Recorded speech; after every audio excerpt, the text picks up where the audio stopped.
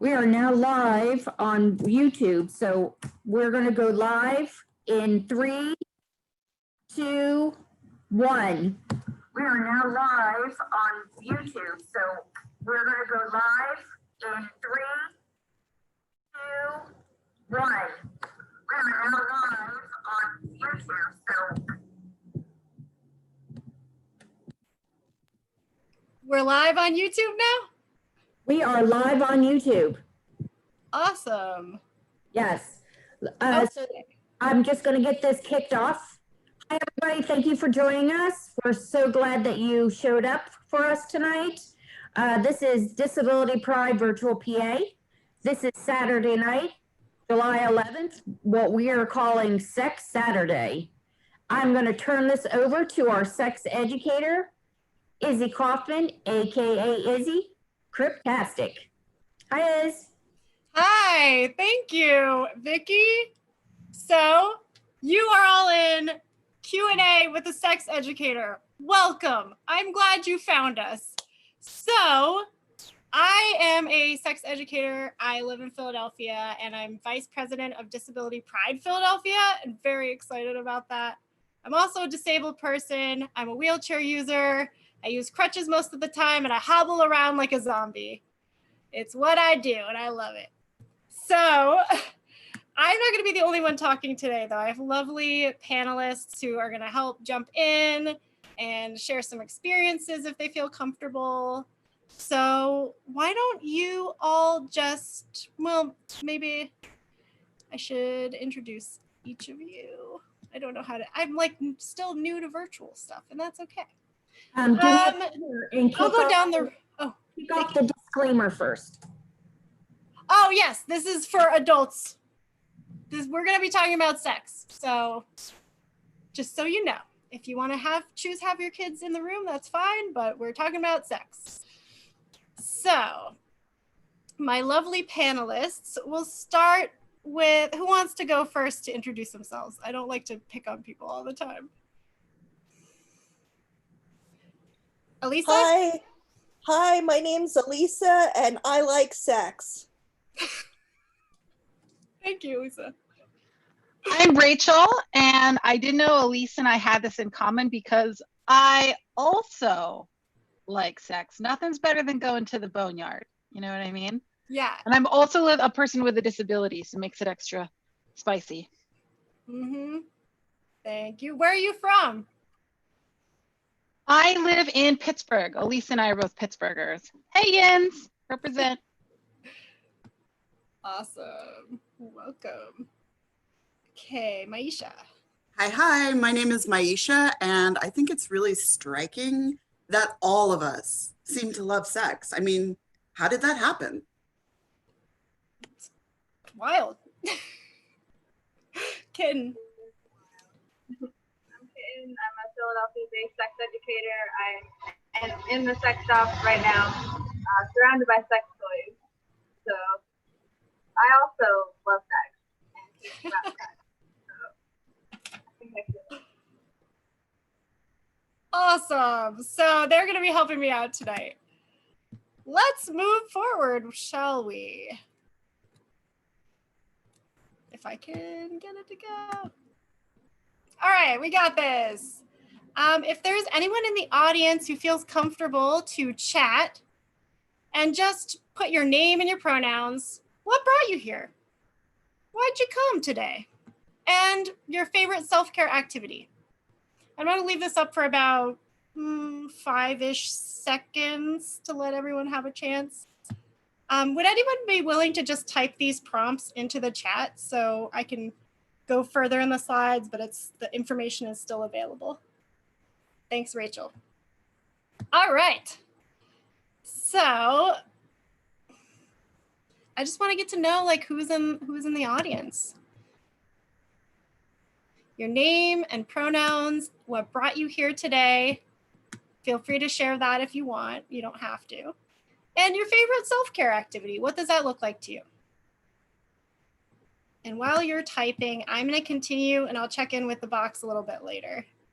But one of my favorite self-care activities is to sleep. and I am trying to get more sleep because insomnia is really hitting hard lately. So I'm like trying to actually take time to do it, which I think is super important. All right, I'm seeing some introductions in the chat. Great. I will check in a little bit. All right, let's just take a minute. Let's just take a minute and breathe.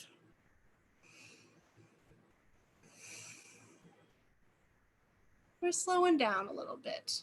You know, I feel like being at home, even though virtual events make everything more accessible, and I feel like I'm doing way more than before, but I feel like we still just need to like slow down and just take a beat. You know, it's Saturday night, right? We're hanging out together.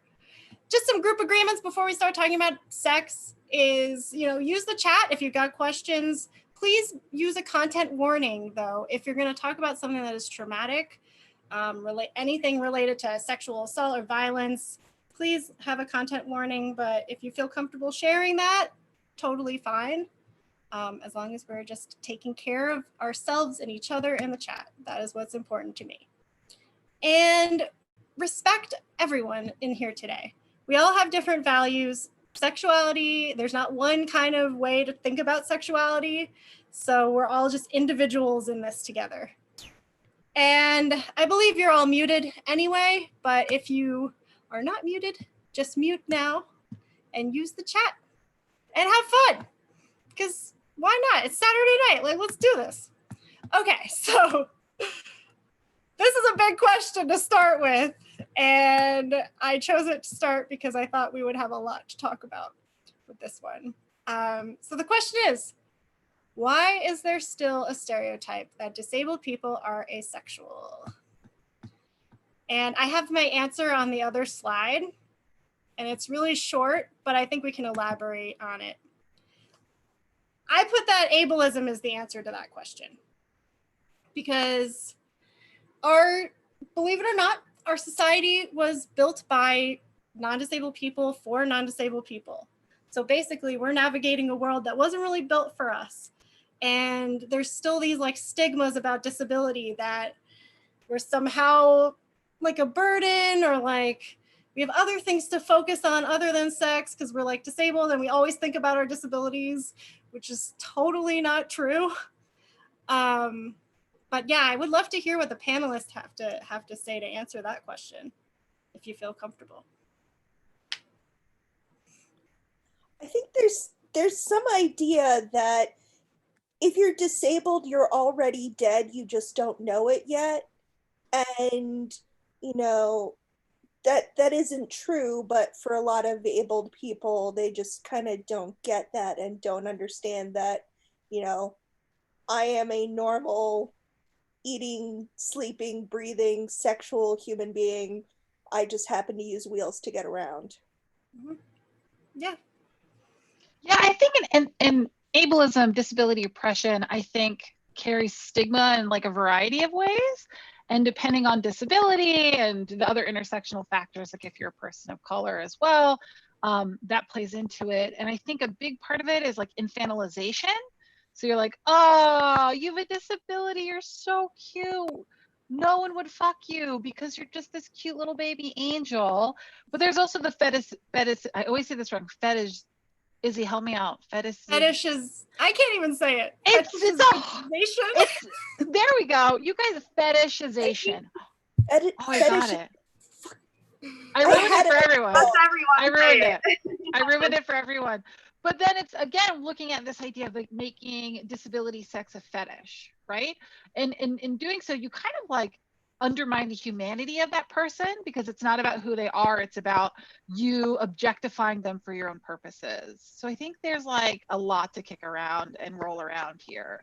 That person, because it's not about who they are, it's about you objectifying them for your own purposes. So I think there's like a lot to kick around and roll around here. That person, because it's not about who they are, it's about you objectifying them for your own purposes. So I think there's like a lot to kick around and roll around here. I honestly missed some of that because my computer's lagging, I think. Oh, no, you're delayed. Vicky, mute okay. yourself. Cool. Hey, you know, we'll work with the tech issues. It happens. Thank you, Rachel, though. Yeah, like that question of, I just clicked it.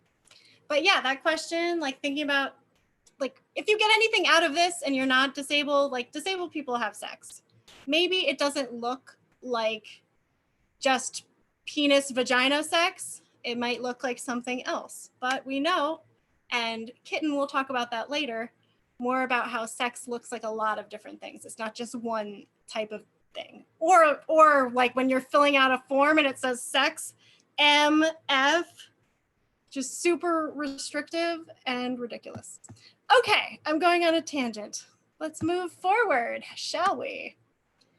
All right, this was a great question I got. As someone who does not have a physical disability, how can I make my sex toy collection more accessible for partners with disabilities? I love this question because you're thinking and you're getting prepared, and like, I love it. So my recommendation to you is to stick around for the Finding Pleasure with Toys workshop at 9:30 because you're gonna learn a lot there. But I also think my first thought is like, have you talked, like, make sure you're talking with the person with a disability and you're not just like collecting all of this information in a vacuum, right? Like you're talking with the person that you're with, and yes, you'll have like a collection of knowledge after tonight if you go to that workshop. So definitely check it out. I'm not going to talk too much about it. All right. So the next question, and it's a big one, and it's a hard one, I think, to answer in a short way, but someone asked, what is the good, the bad, and the ugly about being queer and having a disability? How can the queer community be more inclusive of people with disabilities? So I put down some answers, but I want to hear from the panelists first. What would you suggest to the queer community to be more inclusive? My name is Maisha, and I am part of the queer community. I also have an invisible disability. And one thing that I know about any community, not just queer, not just disabled, is it really helps to have experiences within that community in order to know how to properly interact and normalize that for yourself. So to me, what I would say is be really inclusive of everybody and make sure that you ask ahead of time, what do you need? What's comfortable for you? Would you like to have a voice in something in order for us to interact well with you? So that would be important to me. Mm-hmm. Yeah, thank you, Maisha. It's a great answer. I think there's something called multiple marginalizations.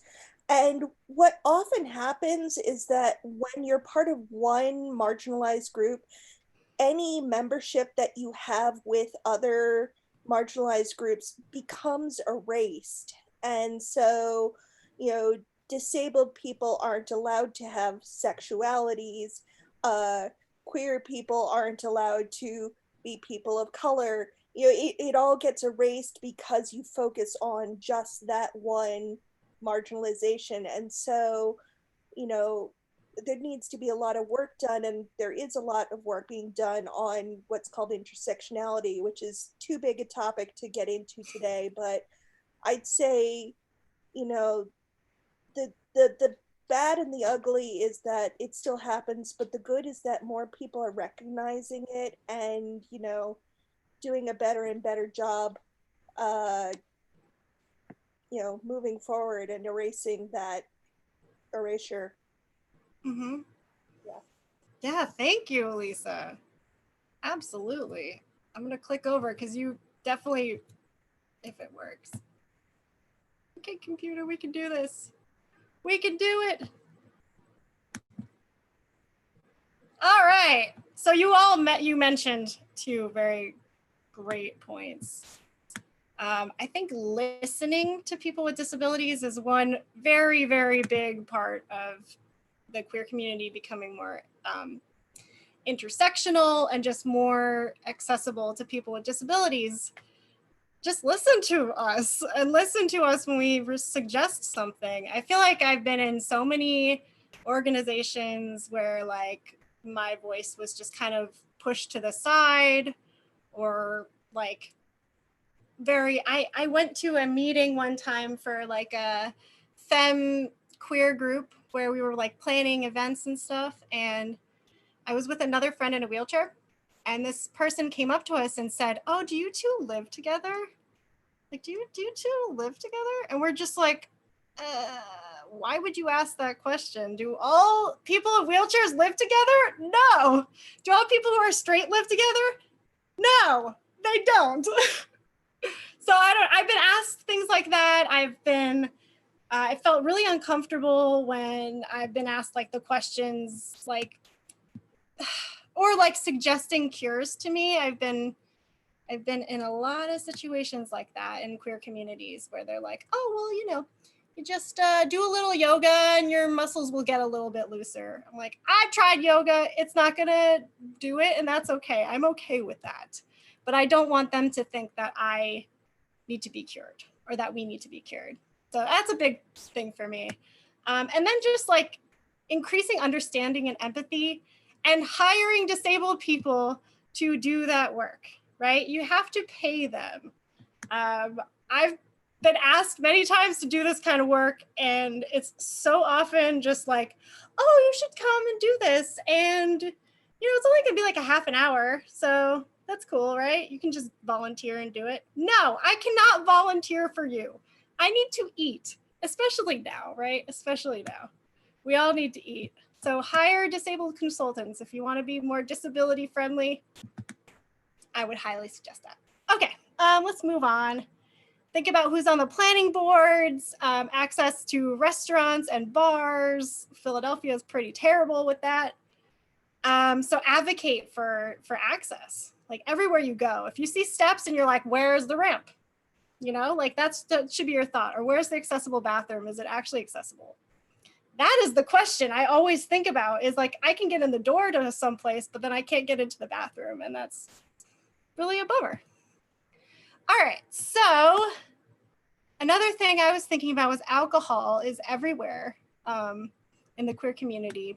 Not all the time, and then just for me personally, I stopped drinking 2 years ago because I get violently sick every time I drink, and I just cannot deal with it, even if I have one sip. So now it's like, okay, well, what are we gonna do?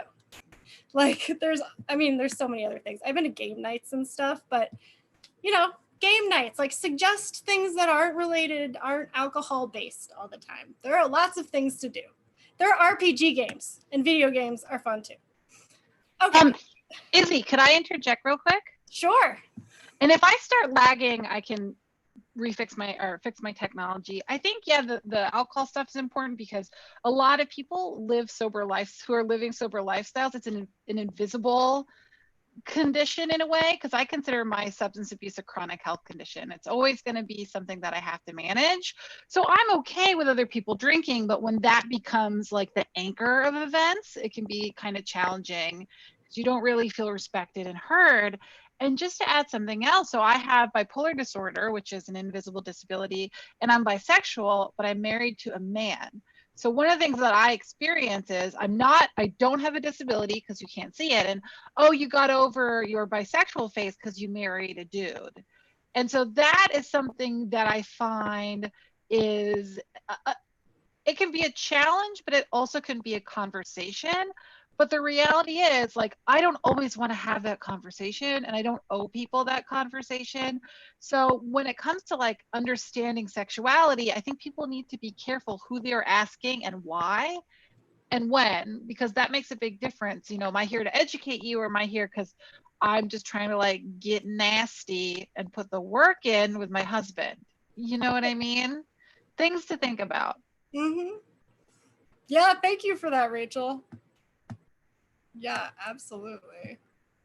And then I think that just stirs us to the next question. But before we move on, I want to just put out there that like disabled people are hot and queer and freaking amazing. And I hope that we can be more included in in just queer culture and everything. Okay, let's see if my computer wants to work. It went over, right? Can everyone see this, the more questions slide? Awesome. All right. So I got a few other questions. How do I prepare for a date with a wheelchair user? It's a question I got recently. And my first thought was like any other date, like just, I don't know, like do your hair or something, like whatever you're gonna do, you're gonna do the same thing. And then I thought, well, maybe they're asking about access. Like maybe they wanna know like what I'm supposed to be looking for in a place to go out. So wheelchair access, you can look it up on the ada.org website and find some information. But also like check in with your date and try not to assume what they want or need. Like you never know, they might use a wheelchair and they might be in a picture in a wheelchair and then they show up to the date and they're not using their wheelchair. So, you know, just keep the communication open. Try not to assume anything. And prepare for the date like you would prepare for a date. Anything to add? I was thinking about something about how like not assuming what people with disabilities need. So not like, this kind of goes not just for dates, but kind of in general. Can you hear me okay? You're a little low, but Okay, from my phone. I can make it out, but it's a little low. Can you hear me now? Yeah. Hello? Yeah, it's better. Okay, Go cool. ahead. So not assuming what they need. So I guess asking your date, if you plan to go on a date with them, like what things they would need from you, if anything. So not like running and grabbing the door if they have like a wheelchair or crutches, or like not, I don't know, I've heard stories of people like if they see somebody fall who has a disability and they go and pick them up, and it's like, nobody asked you to pick me up. Like just like you have to ask the person what they need, not just assume that you're this helper, like, oh, I was just trying to help, I'm a good person. Like you can have the best intentions in the world, but it doesn't mean it's going to be helpful, if that makes sense. Absolutely, yes. Snaps for that. Like, yeah. I have one extra comment to add. Sure. Just because this is, you know, with being a sex educator, and in case there was a sexual component to the question, how do I prepare for a date with a wheelchair user? If that means how do I prepare to have sex with a wheelchair user? There's no two wheelchair users for whom that will be the same answer, just as there are no two people for whom that will be, you know, the same answer. So it needs to come down to talking to your date, finding out wants and needs, just the way you would someone who doesn't use a wheelchair. Yeah. And don't ask them if they can have sex, because they can. Sex is so many things. I'm just going to keep saying that. I'm going to shout it. Okay. Thank you all for those answers. Those are really great. I think it's good tips to move forward with. Okay, so the next question is, I'm disabled and struggling to find dates during quarantine. What should I do? These were some of the answers that I came up with. Consider why you might be looking for a date right now. We are in a pandemic. It's okay to have a virtual date. I feel like personally, if I was in the dating pool, I would not want to be dating right now in person, but virtually, like, and I think sometimes we have skin hunger, and especially if you're alone for a long time, it could be just a yearning for touch. Weighted blankets are great for that if you need something. But it's kind of tough with coronavirus out and like making things not feel as safe as they had once been. But this is also a chance for you to think about, well, what are the qualities that you're looking for in someone? Because you have the time to think about it and maybe enjoy some self-love in the meantime while you're looking. And then the more practical answer of, well, what can you actually do? There are lots of things like online groups, social media. I know sometimes it can be a dumpster fire and it's hard to navigate certain groups. So be careful about that. But yeah, I think right now in quarantine, you're going to do a lot of virtual communicating with people who are new to you. So find a nice background for yourself and just be true. Be true to yourself and try to find someone who accepts your disability.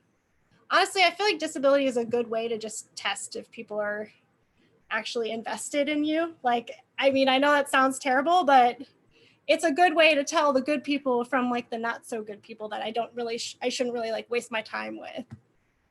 I see things in the chat. I'm gonna just check it.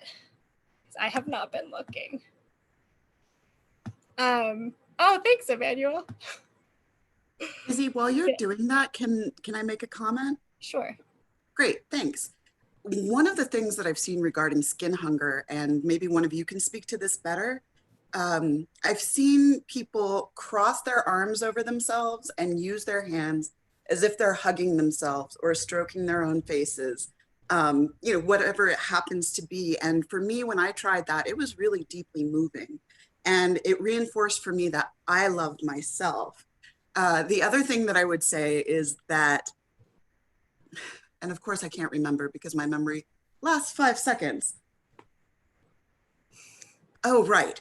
So when I'm looking to date, I actually don't look to date. I look to get involved with groups who are doing things that I already love, or I make a group of people to do things that I already love. Even right now, I can do that online. And it's a really great way of getting involved with people who are going to be interested in you because of what you're doing with your life. And I think that's a much better way of connecting with somebody than it is just saying, hey, I want to love someone and having no background context to that. Mm-hmm. Yeah, and there was a comment in the chat from Vicky. I'm bipolar and hypersexual. Quarantine is hard with one person that doesn't have the same needs. Yeah.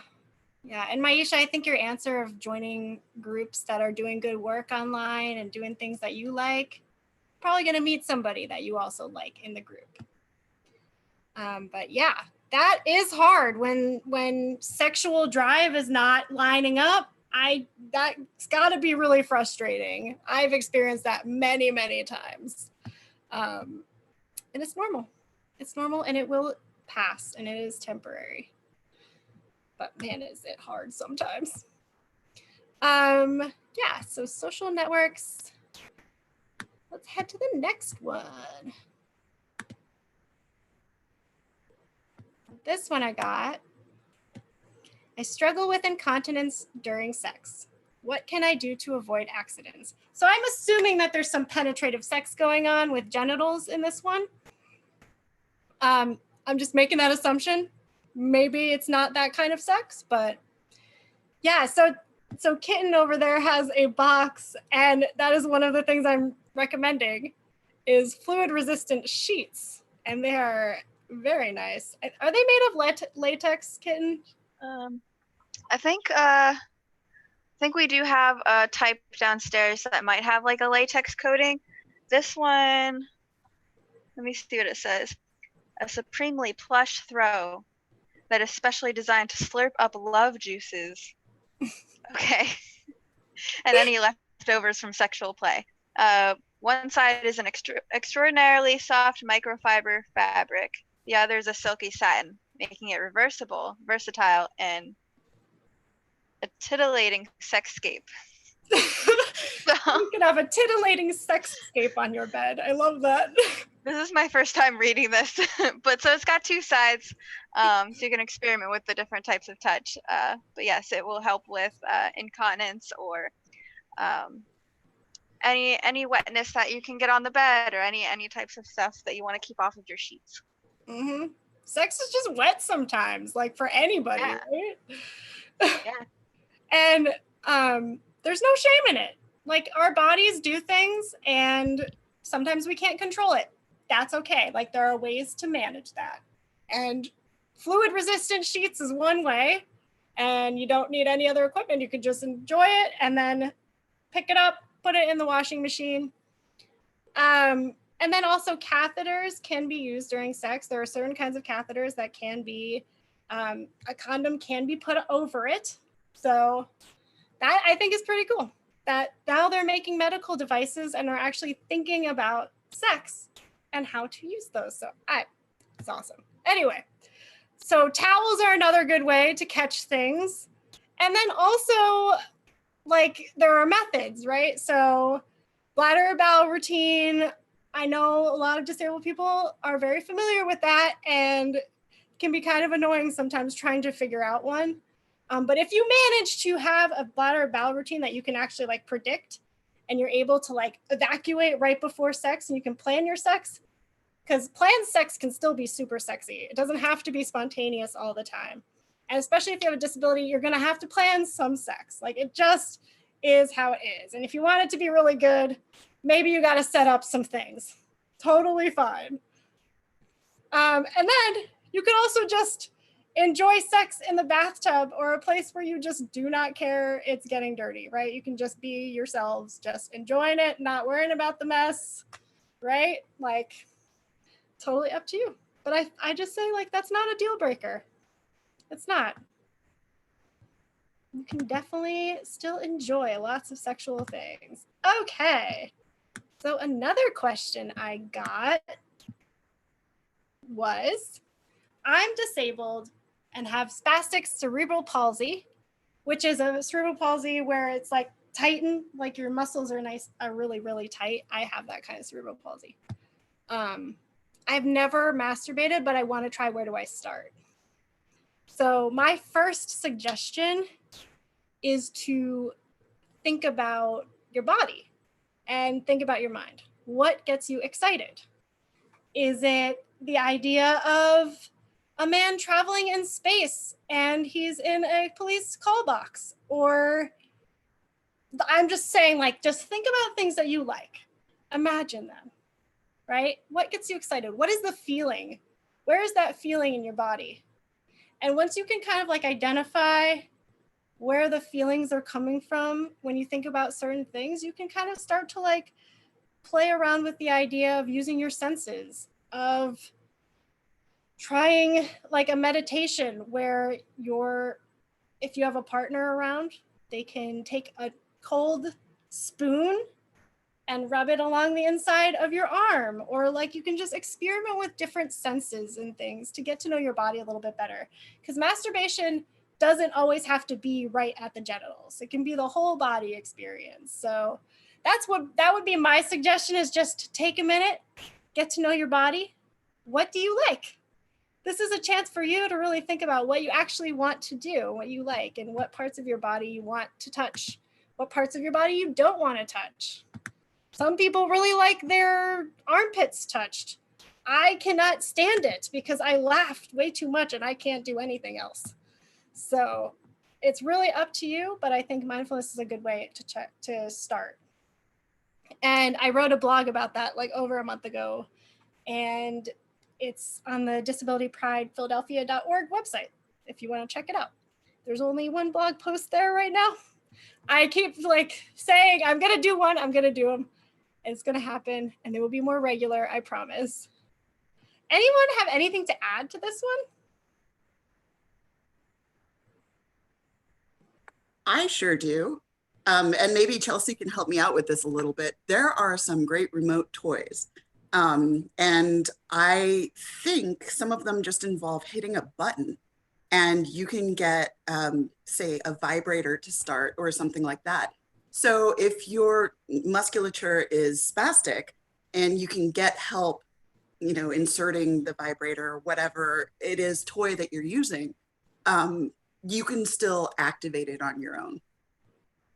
Awesome. Yeah, and I'm sure Kitten has a bunch of toys over there. Do you want to show one? Yeah. This is an adjustable toy. So depending on your body's anatomy, you can make it tighter or looser. So this part is meant to be inserted vaginally, and this stays outside on the clitoris. So it goes inside like that and stays outside. or you could put it around a penis because you can adjust how it fits. So you turn it on with this button, it's vibrating. I don't know if you can tell from here. It's vibrating, and you can kind of just like set it and let it do its thing. But it also comes with a remote you can use. It's app compatible with your phone. So there's lots of different ways to use it. Mm-hmm. And with the app, I believe you can like make your own rhythm, and then you can remember it and then set patterns. And then it can be completely customized to exactly what you want and exactly what you need. So yeah, toys are definitely a great place to start too with masturbation. I also think like porn is a good place to start, but just keep in mind that mainstream porn does not show masturbation as it would be. But there is independent porn companies that you can find on the internet.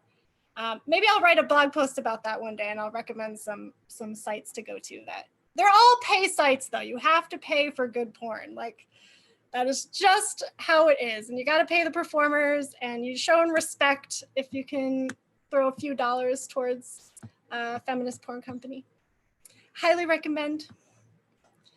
Okay, so any other suggestions for someone who wants to start masturbating? I guess like the definition of masturbation is like, what are you looking for? But also like, it doesn't have to just include genitals. Like you said, like there's so many erogenous zones. And I think somebody on the panel the other day said that they got off on like, wasn't there like elbow pits or something? Yeah. I don't remember. Rachel but also like raised her hand. Yeah. Oh, I can't see. I can't see everybody right now. But if you want to share about that, there's so many erogenous zones. Yeah, I think like you guys are saying, the body exploration, this is Rachel, is really important. And for me, just realizing that my body is beautiful and has a lot of power, and that can be sexual power too, coming to this place where I feel safe to just engage and invest in my body for like sexual reasons. Like it took me a bit to get there, but now it feels comfortable and exciting to explore other things. Like for me, like the ditch of my elbow, like right here, is so sensitive. And so I get this incredible foreplay from it that I just found out from just kind of fooling around. And so again, just giving your body a chance to just show you what it can do. I think there's a lot of power there, a lot of sexy power there as well. So cool stuff. Yeah, nice. So and awesome. I also think that this person, they might have had sex before, like we don't know. So maybe they need to think about what they enjoyed with a person and how they could recreate that at home. Any more comments on this one? Awesome. I feel like masturbation is just one of those things that like is so personal, and it can just look just like sex. It can look 1,000 different ways, and it can change for the person, right? No, a lot of people, maybe they masturbate the same way for 20 years. Maybe every other day they're choosing something different to do. Like it's just, we celebrate and love all of our differences because that is just being human. Okay, so another question I got was about HIV. And someone asked, how do I disclose my HIV positive status to my new partner? So for this one, I broke it down into 3 categories. And the first one is safety. Consider your safety and where you're going to tell them, right? Like, is it a place that you feel safe in? Can you find a neutral place? If neither of you have a neutral place to be in or a safe place to be in, try to find a neutral place you can go and talk about this. Because just like, it's very similar to coming out. Like you're given this sensitive information. There's a lot of stigma still surrounding HIV. So I would suggest trying to find a place, but definitely disclosing it before you have any penetrative sex with your partner, any fluid swapping sex at all. They have to know first. Okay, so communicate to your partner about your HIV positive status. I know that sounds terrible and scary, but just bring it up. If you can bring it up in a casual way, like, hey, you know, I'm HIV positive. Like it's a cool thing, you know, it's a thing I found out and we're gonna deal with it. And then let your partner ask questions if they need to. If you're comfortable, obviously. I can't tell you how to receive questions because it can be hard and scary to come out. But I would say like allow the person to ask questions if they're open to it, because then you can let them know like, hey, this really isn't going to change much between us anyway. Like this is just, it's going to be a part of me, right? And sex can still be super fun and safe if you use condoms and PrEP. And now, so PrEP is pre-exposure prophylaxis, or Truvada, the medicine. So now people can take Truvada if they're HIV negative. They can just take it and it helps to protect them from HIV, which is super cool.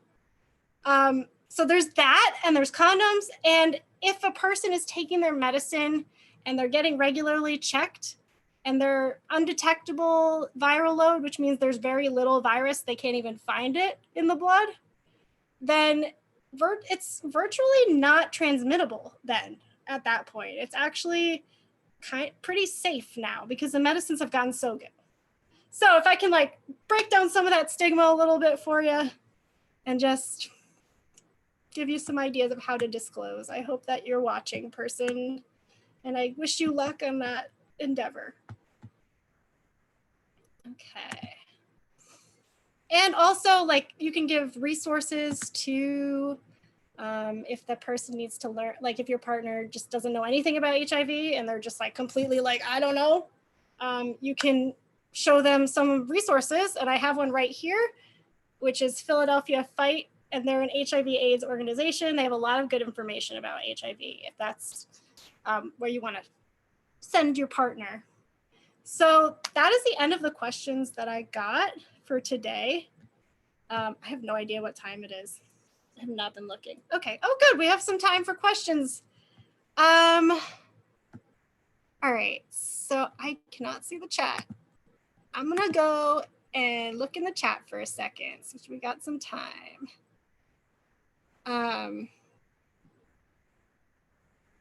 Please, oh, Izzy, please click the end button for all. I have to leave this session.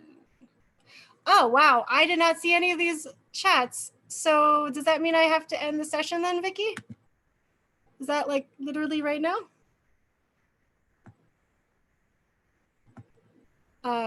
Okay, well, when we're dealing with the tech stuff. So here are some resources I'm gonna leave you with. And I will also put these up on the sex blog too, so they won't just go away. There's some really great resources about sexuality and disability. Planned Parenthood has just good sexual health information. WAR is a sexual assault and sexual violence prevention, and also they help people who are in unsafe situations get out of them. They have therapy. So they're a really great resource too in Philadelphia. I know I'm like naming a lot of Philadelphia resources, but I will put together a Pittsburgh resource list too, because you gotta have them all. And then you can email me for more, if you have any more questions, or you want some consultation on sex ed or speaking engagements from Disability Pride Philadelphia, we will come and do it for your organization. So I think I have to end the session. Thank you all, everyone, for coming. And thank you, panelists, so much. And thank you, Vicky. Thank you to the Disability Pride Board for setting all of this up. It's lovely. Come join us at Kinkability. Bye.